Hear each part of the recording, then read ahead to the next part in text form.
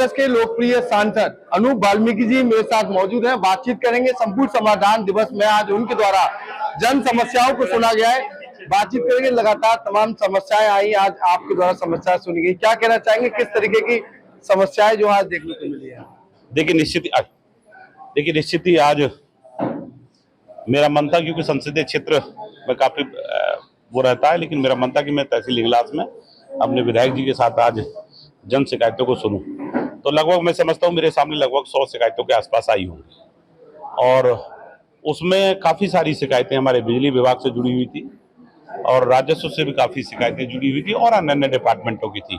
तो हमारे जिलाधिकारी जी ने, हम लोगों ने सभी अधिकारियों को निर्देशित किया है कि जिन जिन विभागों की शिकायतें वो मौके पर जाकर के, जो माननीय मुख्यमंत्री जी की मंशा है, जो हमारे शासन की मंशा है, उसके अनुरूप काम करें, लोगों की मौके पर जाकर के समस्याओं का समाधान करें।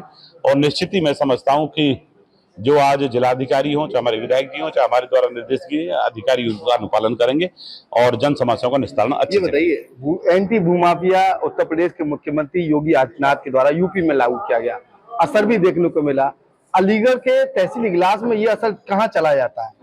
देखिए, अगर ऐसा कोई प्रकरण आपके संज्ञान में कि किसी भू माफिया ने तमाम शिकायतें यहाँ सरकार की जमीनों पर कब्जा किया। देखिए, यहाँ ज्यादातर जो शिकायतें आई हैं वो मैं मानता हूँ जो सरकारी रास्ते हैं उनको दबाने का आया है। तो उसमें भी हमें जिलाधिकारी जी को निर्देश दिए हैं कि देखिए, माननीय मुख्यमंत्री जी के मंशा है जो सार्वजनिक भूमि है, क्योंकि अब जो उसका खेती जो खाली हो गई है, फसल कट गई है, तो खेती खाली पड़ी है, तत्काल सभी हमारे राजस्व के अधिकारियों को लगा करके उनकी पैमाइश करा करके चिन्हांकन करा कर उनको निकलवाने का काम।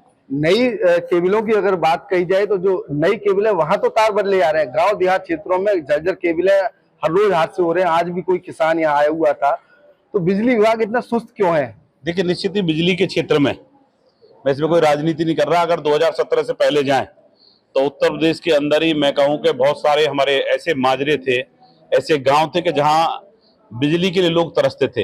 लेकिन मैं धन्यवाद देना चाहता हूं आदरणीय मुख्यमंत्री जी को, आदरणीय प्रधानमंत्री जी को, उन्होंने चिंता की और इस चिंता का ही परिणाम है कि आप देख रहे हैं कि हम भी यहाँ तहसील में बैठे, एक कट भी पूरी तहसील के अंदर, मतलब एक बार भी बिजली जाने का काम नहीं हुआ है। ये परिवर्तन हुआ है हमारी भारतीय जनता पार्टी की सरकारों में। जैसा आपने कहा कि केबल को लेकर के हादसे हो रहे हैं, निश्चित ही मैं समझता हूं कि जो 11,000 की लाइन गांव के अंदर है, उनमें बहुत सारे गांव जो है चिन्हांकन करके उनमें केबलिंग का काम भी किया गया, लेकिन अगर कुछ गांव छूट भी गए तो उनमें मैं समझता हूं जल्दी से केबलिंग। आपके द्वारा जेई को सस्पेंड करने की बात कही गई थी। देखिए, अभी एक प्रखंड आया था, उसमें हमारे एक क्या नाम है, वहां के हमारे किसान थे, उनके तेहरा गांव, उनके बेटे की जो है डेथ हुई है बिजली के कारण। उसमें जिलाधिकारी जी ने, मैंने भी, हमारे विधायक जी ने उसमें निर्देश दिया कि उसकी जांच करा करके, और अगर उसमें कहीं भी जेई के द्वारा कोई लापरवाही हुई तो उसको तत्काल सस्पेंड करें। लगातार वक्फ बिल को लेकर बवाल मचा हुआ है, क्या कहेंगे? देखिए, निश्चित ही वक्फ बिल की जितनी मैं समझता हूँ प्रशंसा की जाए, क्योंकि मुझे भी वहां साक्षी होने का अवसर मिला। देखिए, निश्चित ही जिस तरह की वक्फ की प्रॉपर्टी है, मैं समझता हूँ जितना राजस्व आना चाहिए कहीं ना उतना राजस्व मिल रहा, और जो उसका लाभ सामान्य मुसलमान को होना चाहिए था, हमारे मुस्लिम समाज के भाइयों को होना चाहिए था, वो नहीं मिल पा रहा था। ये बिल ला करके निश्चित ही मैं समझता हूँ जो हमारे कमजोर और असहाय मुस्लिम समाज के भाई बहन है, उससे बहुत बड़ा फायदा उनको होगा। रामविलास चौहान को लेकर क्या कहेंगे? आज अखिलेश यादव आए हुए हैं आगरा में, तो उसमें तो लगभग बहुत सारी बातें होंगी जाए तो लगातार जो आज तमाम जो शिकायतें आई हैं उनको सुना है, साथ ही उनके द्वारा साफ तौर पर कहा गया है जो शासन की मंशा है उनके अनुरूप जो लोग कार्य नहीं करेंगे उनके खिलाफ कार्रवाई की जाएगी। एबीपी लाइव से खालिद अंसारी, अलीगढ़।